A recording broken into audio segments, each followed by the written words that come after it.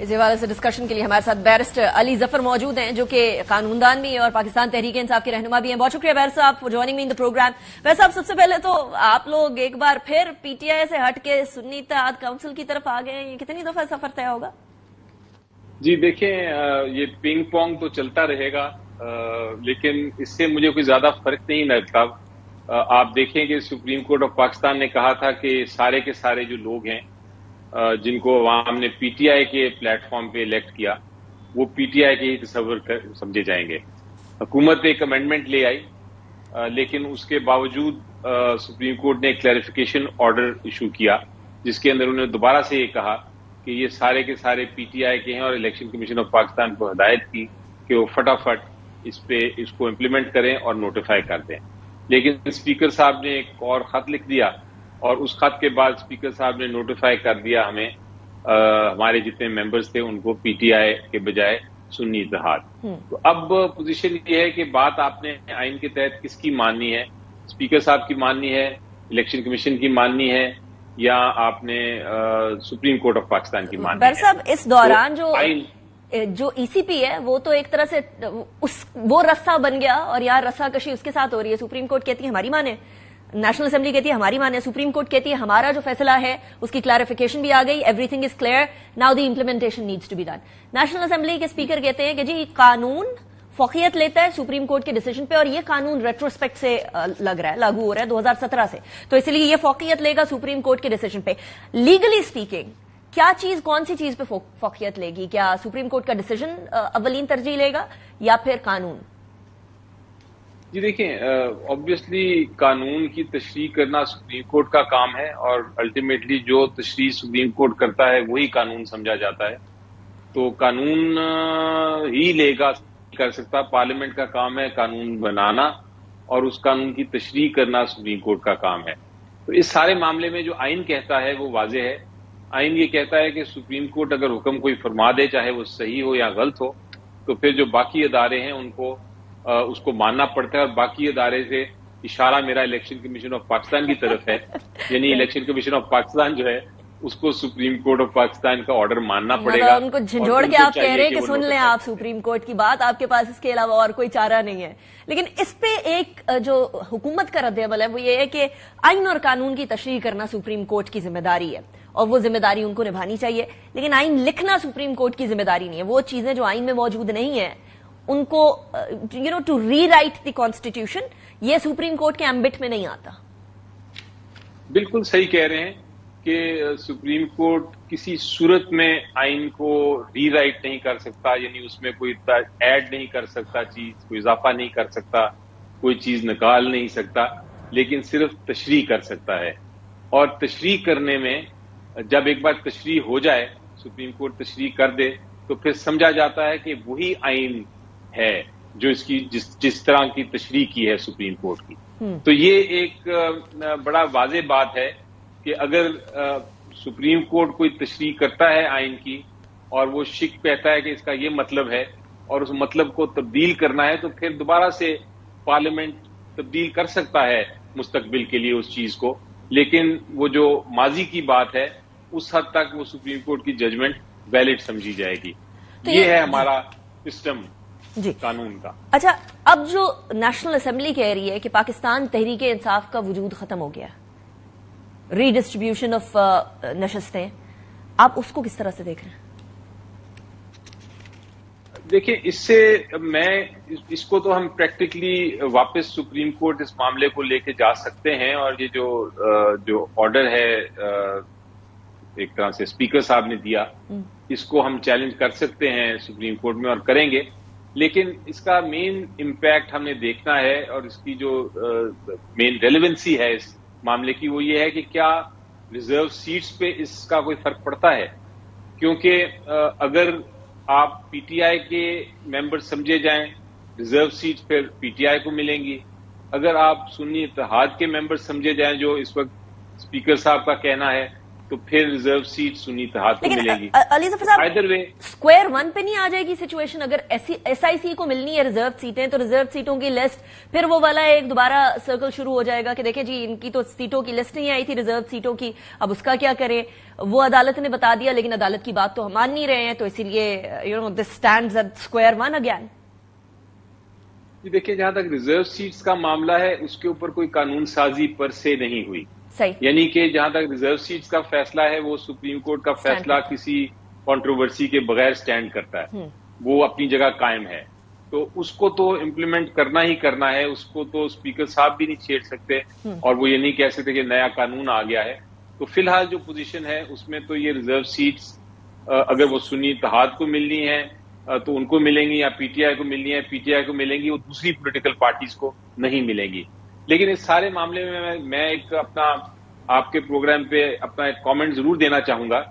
میری نظر میں اچھا ہوتا اگر سپریم کورٹ اپنا ڈیٹیلڈ آرڈر دے دیتا جلدی، اور اچھا ہوگا اگر جلد سے جلد وہ آرڈر آ جائے، کیونکہ اس میں یہ بہت سارے جو ایشوز ہیں وہ ایک طرح سے حل ہو جائیں گے اور پھر ہم اس پہ ڈیبیٹ کرنے کی ضرورت نہیں ہوگی، یا کنفیوژن نہیں ہوگی، یا اس کا کوئی فائدہ یا نقصان نہیں.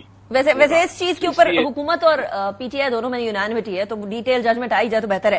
لیکن اب ذرا چلتے ہیں ترمیم کی طرف. علی ظفر صاحب پچھلے کچھ دنوں میں جو ہوا وہ ہمارے سامنے ہے، نمبر پورے کرنے تھے، نمبر پورے نہیں کرنے تھے، اور اس سے یہ بھی ریلیٹڈ ہے کہ ریزرو سیٹ کس کو ملیں گی اور کس کو نہیں ملیں گی.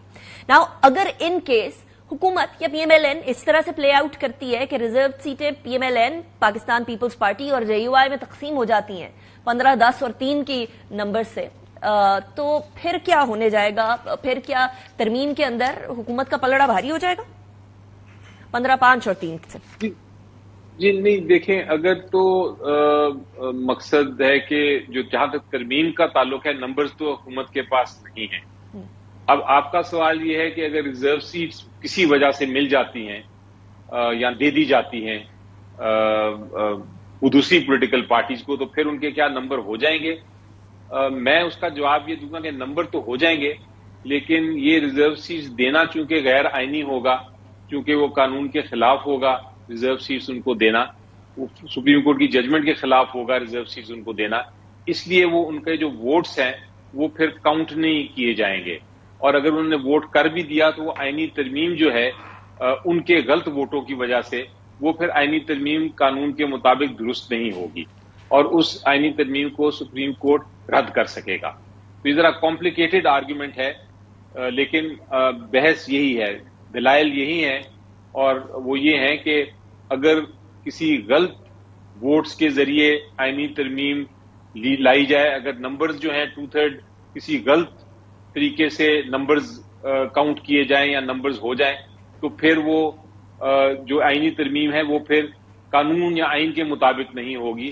وہ آئینی ترمیم جو ہے وہ پھر ایک طرح سے غلط نمبرز پہ بیسڈ ہوگی، اور سپریم کورٹ اس کو اس آئینی ترمیم کو ماننے سے انکار کر سکتا ہے. اچھا، اس آئینی ترمیم کے معاملے پر کیونکہ مولانا صاحب آلریڈی کہہ چکے تھے we need a greater consensus, اور گریٹر کنسنسس میں آبویسلی پاکستان تحریک انصاف انکلوڈیڈ ہے.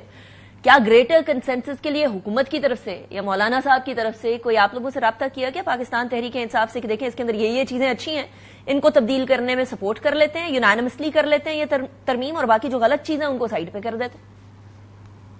جی دیکھیں، جہاں تک میری انفارمیشن ہے مولانا صاحب اور ان کی جو لیگل ٹیم ہے وہ کوئی ڈرافٹ تو بنا رہے ہیں، ہمارے ساتھ اس کی مشاورت نہیں کی، نہ ابھی کوئی ہمارے ساتھ ڈرافٹ شیئر ہوا ہے.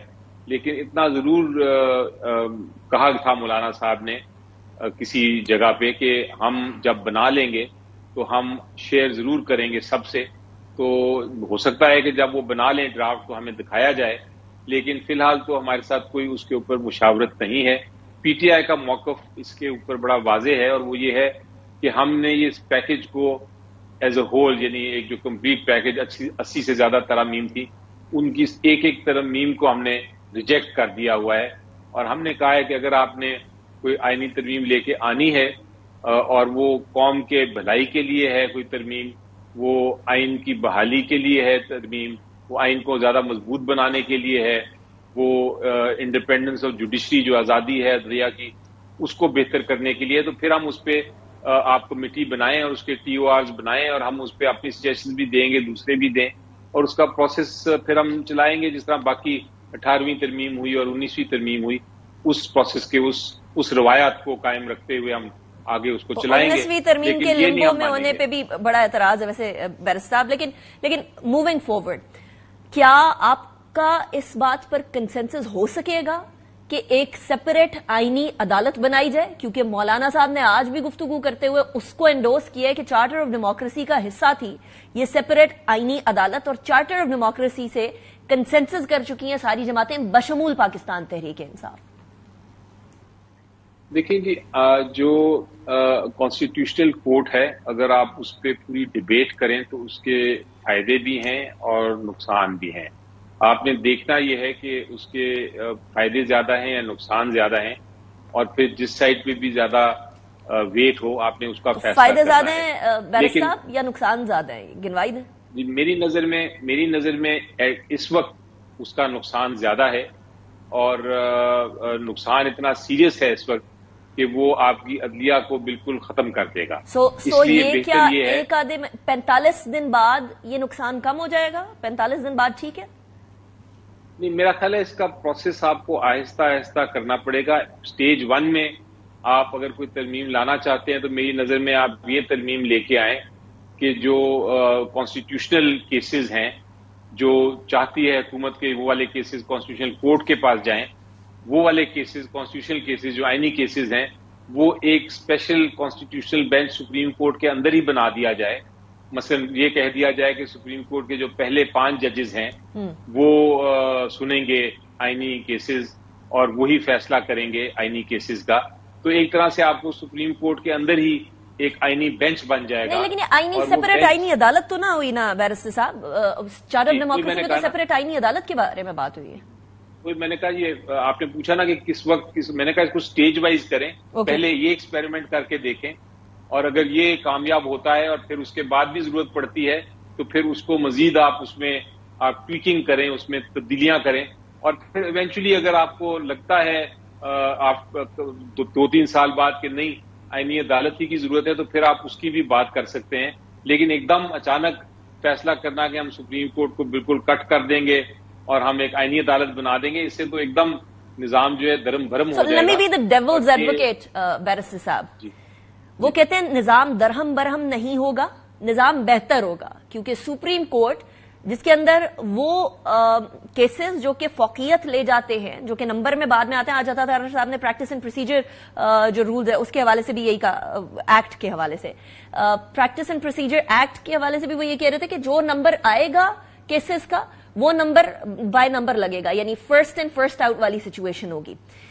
اسی طریقے سے وہ کہتے ہیں عوام کے کیسز تو سنے نہیں جاتے ہیں, خواص والے کیسز فوراً آ جاتے ہیں. تو یہ سیگریگیشن ہے, یہ کٹ ڈاؤن کرنا نہیں ہے سپریم کورٹ کو, if I take their perspective. ٹھیک ہے, اس میں کوئی حرج نہیں ہے اگر وہ چاہتے ہیں کہ پبلک کے کیسز سنے جائیں اور آئینی کیسز نہ سنے جائیں یا آئینی کیسز کوئی اور سنے, تو اس کے لیے جو میں نے تجویز دی ہے یہ ایک قابل غور تجویز ہے کہ آپ ایک اسپیشل بینچز بنا دیں سپریم کورٹ میں, کچھ جو عام کیسز سنیں ججز, وہ آئینی کیسز نہ سنیں, اور کچھ کیسز جو ہیں وہ آئینی کیسز سنیں اور عام کیسز نہ سنیں. اس میں آپ کو کوئی عدالت نہیں بنانے کی ضرورت ہی نہیں, نہ خرچہ ہوگا نہ یہ ٹینشن ہوگی. تو یہ طریقہ کار ہے. یہ والی جو یہ آپ نے سجیشن جو دیے بیرسٹر صاحب, یہ کمیٹی میں ڈسکس ہوئی ہے, وہ جو نیشنل اسمبلی اور سینیٹرز کی پارلیمنٹ کی جو کمیٹی بنی ہے؟ وہ تو آپ کو بتاؤں, وہ تو میری نظر میں ایک مذاق تھا. آپ کمیٹی بناتے ہیں, سپوزنگ میں آپ سے گفتگو کرنا چاہتا ہوں کسی ڈاکیومنٹ پہ, اور میں کہتا ہوں ڈاکیومنٹ تو میرے دماغ میں ہے, آپ کو ڈاکیومنٹ دکھانا نہیں ہے میں نے, لیکن آپ اس پہ چلیں آ کے میرے ساتھ میٹنگ کریں. تو آپ کا سوال میرے ساتھ پہلے یہ ہوگا کہ بھئی مجھے دکھاؤ تو صحیح ڈاکیومنٹ, میں دیکھوں تو صحیح کہ ہے کیا, اس سے پہلے کہ میں آپ کی بات کروں. ہوا میں تو میں کوئی ڈسکشن نہیں کر سکتا. وہ میٹنگ میں ایگزیکٹلی یہی پوزیشن تھی, کسی کے پاس وہ ڈاکیومنٹ نہیں تھا. پیپلز پارٹی کے بلاول صاحب بیٹھے تھے, انہوں نے کہا کہ مجھے ایک ڈرافٹ دکھایا گیا تھا, میں نے وہ ڈرافٹ میں کہا تھا کہ یہ چیزیں نکال دیں, لیکن وہ پتہ نہیں نکالی ہیں کہ نہیں. جو مولانا صاحب تھے انہوں نے کہا میں نے تو ڈرافٹ کبھی دیکھا ہی نہیں. مولانا صاحب کے جو وکیل تھے سینیٹر مرتضی صاحب، انہوں نے کہا کہ مجھے ایک ڈرافٹ دکھایا گیا تھا، اس میں تو بہت ساری ایسی چیزیں تھیں کہ وہ تو ایکسیپٹیبل ہی نہیں ہو سکتی، اس میں تو آرمی ایکٹ کی بھی تھیں. جو لا منسٹر صاحب نے ساری بات گفتگو سننے کے بعد کہا، ہمیں تو خیر ڈرافٹ دکھایا نہیں گیا تھا، لیکن لا منسٹر صاحب نے گفتگو سننے کے بعد یہ کہا کہ اصل میں میں آپ کو ڈرافٹ شیئر کر ہی نہیں سکتا کوئی، کیونکہ جب تک کابینہ اپروو نہیں کرے گی وہ ڈرافٹ میں آپ سے شیئر کیسے کر سکتا ہوں. تب تک وہ مسودہ نہیں رہے گا، وہ ورکنگ پیپر ہوگا. جی، تو میں نے وہ ان سے میرے آیا دماغ میں کہ پوچھوں کہ جناب یہاں تو کوئی ڈاکیومنٹ بھی نہیں ہے، یہاں تو کاغذ بھی نہیں ہے، کاغذ کا ٹکڑا بھی نہیں ہے، تو ہم کس چیز پہ بحث کرنے آ گئے ہیں.